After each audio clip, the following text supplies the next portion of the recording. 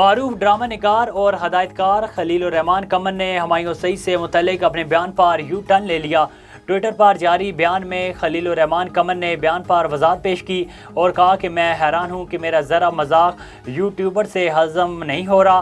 उन्होंने मजीद लिखा कि अरे भाई लोगों, जब तक मेरे कलम में दम है मैं इंशाअल्लाह हुमायूं सईद के लिए लिखता रहूँगा।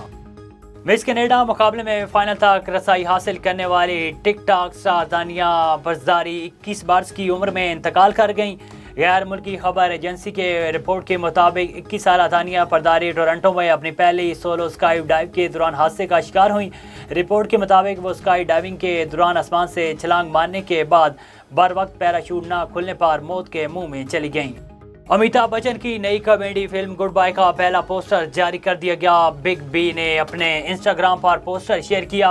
गुड बाय को एकता कपूर ने प्रोड्यूस किया है और इस कॉमेडी फिल्म में अमिताभ बच्चन के साथ रश्मिका मंदाना मरकजी किरदार अदा कर रही हैं। फिल्म के पहले पोस्टर में अमिताभ बच्चन और रश्मिका को बाप बेटी के खूबसूरत रिश्ते में दिखाया गया है। पहले पोस्टर में अमिताभ बच्चन और रश्मिका मंदाना पतंग उड़ाते हुए नजर आ रहे हैं। फिल्म की शूटिंग रवां बरस अप्रैल में शुरू की गई थी, जिसे 7 अक्टूबर 2022 में रिलीज़ किया जाएगा।